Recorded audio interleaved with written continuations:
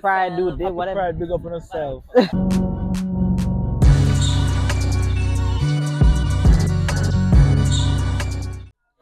How you guys doing today? My name is Dom, and of course, I am with Carrie Trans Support Group in Jamaica, and today I'm here with. Jaevion Nelson from UNAIDS. All right, and what are your pronouns? He, him. All right, so we're just gonna ask Javion a couple questions, hear what their opinions are on a couple things, and let's get right into it. So the first question is: have you noticed a significant presence of trans masculine advocates within the Caribbean region? Yes, I think over the last few years you've seen where more and more transgender persons are identifying and coming out as trans masculine or as trans men, which I think is really good for the movement. In the past, really, when you thought of the transgender community, you really thought of trans women, and in a lot of ways, even way back, for a lot of people when they heard transgender people, it was transgender women who were Right, involved in sex work. And I think quite a lot of work has been done over the last few years to really change what the community looks like and how people understand and view the community, so people understand the trans community in its diversity, that there might be some who are doing sex work, but there are some who are working in call centers, some who are secretaries, some who are in all sorts of industries, including the lab, doing right. all sorts of major science projects. And I think certainly as part of that evolution and growth of the community, you have seen where more transgender men are, I guess, more comfortable and more open and are creating space, not just for themselves, but for others to feel comfortable to come out and, identify with the community. So kudos to those who are involved. Yeah. And so, what do you think are some of the challenges that prevent some of these trans masculine individuals from coming out and being a part of being advocates within the Caribbean? Well, I think in a lot of ways, a lot of the trans work in the Caribbean has been around trans women, Mm-hmm. and for the most part, still in that regard. So I think efforts to really change that and create space are important.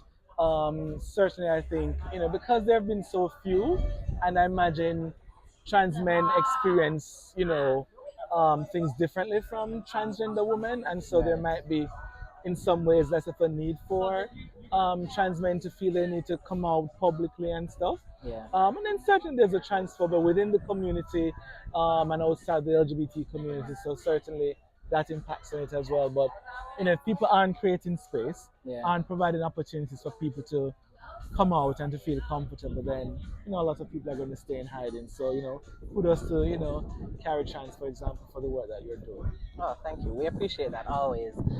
And so, do you think it would be advantageous for there to be more visible trans masculine persons within the advocacy world? Yeah, absolutely. Visibility is power. Regardless of the community you belong to, if you're a part of a community that's criminalized, marginalized, or vulnerable, certainly visibility is going to be very important for yourself and for that community, because there's strength in numbers, but for those who are able to visible in various ways, because visibility doesn't mean you have to come out on TV or in the newspaper. Mm-hmm. It might be from just on your TikTok, or in your home, or in Right. your church, or wherever it is that you find yourself. So however it is that you can be visible as a trans man, you should do it. If you have the privilege, of the opportunity, if you feel bold and courageous enough, do it. Because the important thing about visibility is that it not only let people know that the community is there, but importantly for those who are interested and wanting and yearning to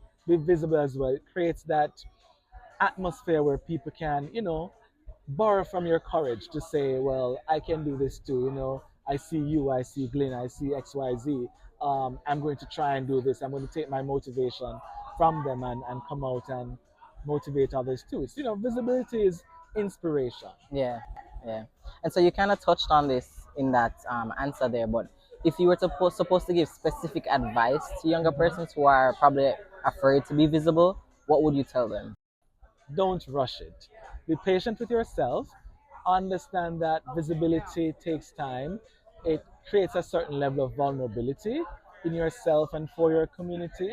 And so you should always be sure what you want. Don't feel as if you are being forced. Take your time, find your own ways. Visibility can simply mean that you're going to just come out to yourself, because there are lots of people in the LGBT community and in the trans community who aren't even open with themselves. And for me, Yeah. I think one important aspect of being visible for any community is that you're going to have to be honest with yourself. So come out to yourself and take your time and grow and learn and understand what you're doing, what the implications of it are. And eventually, you might find that maybe I didn't need to have all these questions about what it's going to be like for me being visible, but certainly take your time. Don't feel like you need to rush it. Yeah. Yeah. Okay, perfect. What would you say pride means to you?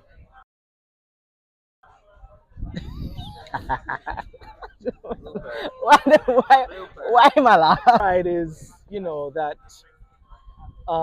feeling that a lot of people have about how they see themselves, and it's an opportunity for people to think of themselves in the broadest way and to create community, to find friends, and to fellowship with others in several different ways. And so, I think that's one of the important thing about pride activities in particular. And you have seen that in Jamaica, where there have been several pride events over the years, successive, and it really has allowed people to see that there's a community, that they're not alone, and that there are people who check for you and who can check for you, and people who will fight with and for you. Okay, and then you did mention in your introduction that you're from UNAIDS.